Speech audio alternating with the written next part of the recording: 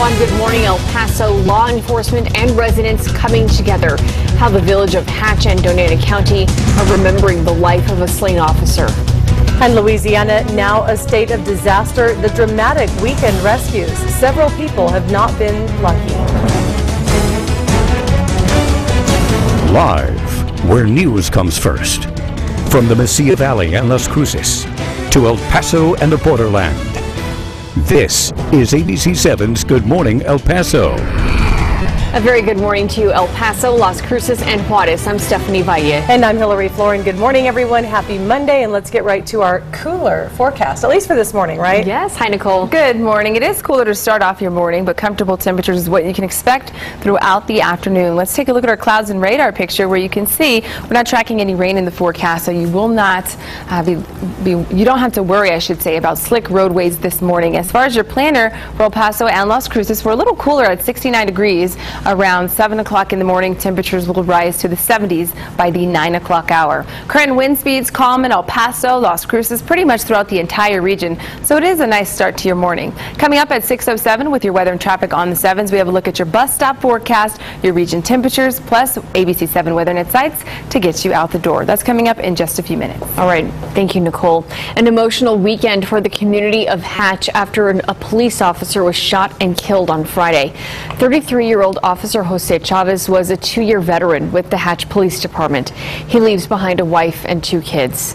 This is video of the memorial set up inside police headquarters. It's lined with candles and flowers. Today, Officer Chavez's body will be escorted to Las Cruces.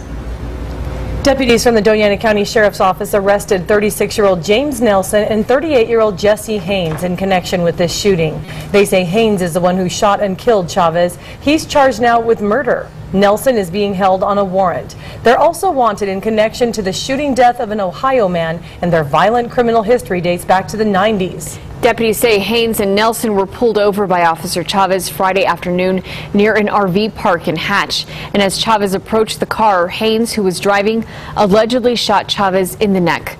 Deputies say the men took off, driving at least 100 miles an hour, and they stopped at a rest area off I-25, where Haynes then allegedly carjacked a man and shot him in the stomach. A high-speed chase ensued, stopping off Highway 185 when deputies stopped the car with tire spikes. Haynes crashed into a pile of wood and then barricaded himself inside the car before surrendering. Nelson was found 7 miles from Rincon and was arrested. Happening today, a motorcade will take Officer Chavez's body to his hometown of Las Cruces. Good morning, El Paso's Denise Olivas is live now with those details. Denise?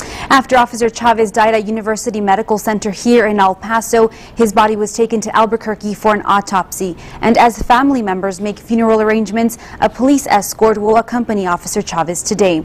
A memorial already marks the area where the father of 2 was killed. And this next video shows the police presence that helped escort the officer's body to Albuquerque over the weekend. And today will be no exception. Law enforcement and first responders throughout New Mexico will take part in the procession back to Las Cruces through I-25.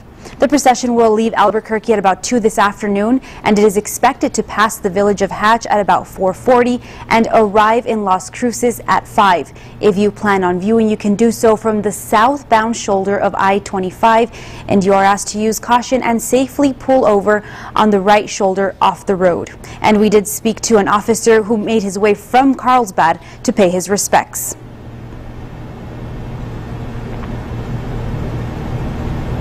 And that grew up in this area, so I'm from here and came down to see the family for my birthday. I wanted to stop by and pay my respects to Officer Chavez and for his service to us. And once that procession arrives in Las Cruces, it will continue on I-25 and will take the Lowman Avenue exit to its final destination at Getz Funeral Home on Bowman Avenue. Funeral arrangements for Officer Chavez, though, are still pending. Stephanie, back to you. Okay. Thank you, Denise. 20,000 people in Louisiana have had to be rescued from flooding, many of them happening overnight. Parts of the area received more than 20 inches of rain since Friday. At least 6 people have died. ABC's Ray Raymundi has the latest. This drone video giving a snapshot of parts of Baton Rouge, Louisiana, submerged underwater. U.S. National Guard helicopters swooping in to rescue this man and this little boy from the rising floodwaters, just 2 of the more than 20,000 rescued in southern Louisiana. The federal government officially declaring Louisiana as a major disaster. Obviously, this remains a very serious event, a historic flooding, and it remains ongoing. Cars submerged underwater. I'm gonna break this window. Dramatic rescues like this one captured all across southern Louisiana. Get my dog. Your dog. Get my dog. This man rescuing a woman after her convertible sunk underneath the rising waters. Interstate 12, a major highway, now a makeshift river, complete with a 10-mile stretch of abandoned cars. But as you can see behind me, a lot of the interstate's actually flooded. We've been here for about 30 hours now. The National Guard moving in to rescue those trapped. More than 10,000 people now in shelters. This woman lucky to escape the floods with her 2 daughters. I just wanted to get out. I'm like, it's not going to stop. Once I started coming up my steps, I'm like, I didn't plan on it getting this high. We got to get out. Like, my kids got to be safe. In the midst of the disaster, extraordinary acts of courage from flood victims. Get out. Oh, Lord. Neighbor helping neighbor, some delivering water, others passed out food. FEMA is now on scene assessing the damage, and officials says over 1.2 million bottles of water and over 750,000 meals have been collected so far. Ray Raymundi, ABC News, New York. And now coming up, rather 6:07. Now time for weather and traffic on the 7s. Here's a look at your temperatures across southern New Mexico, where we're off to a cool start at the Farm and Ranch, 61 degrees, Sierra Middle School, 64, and the Sea Valley Christian School, 65 is the current temperature.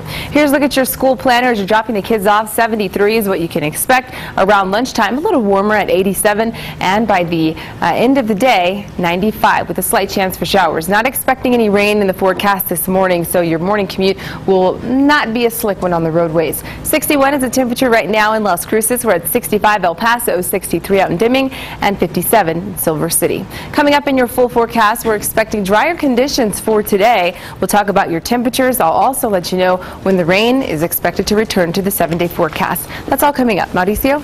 Hey, Nicole, good morning. Speed's looking good across the map in El Paso. We are just tracking a little bit of a slowdown, though, on Dyer. 18 miles per hour is what we're looking at as you head northeast. But other than that, things are looking good. No major incidents going on. I can also tell you the closures we've been tracking in West El Paso between Sunland Park and Executive have opened up, and the traffic that was caused by them has cleared up as well. So things are looking good if you're getting ready to head out the door. Coming up at 6:17, though, for your weather and traffic on the 7s, I'll have a look at your west side drive times, plus a look at closures that are coming up later this week. Thanks so much. Fury on the streets of Milwaukee is what we're talking about next. Yes, protests erupting after the deadly police shooting of a suspect that officials say refused to drop his gun. Also a turn of events for some Olympic athletes, how one gold medalist describes the scene after he was robbed at gunpoint. This is ABC 7, where news comes first. Watching ABC 7's Good Morning El Paso with Hillary Floren, Stephanie Valle, and live reports from Denise Olivas.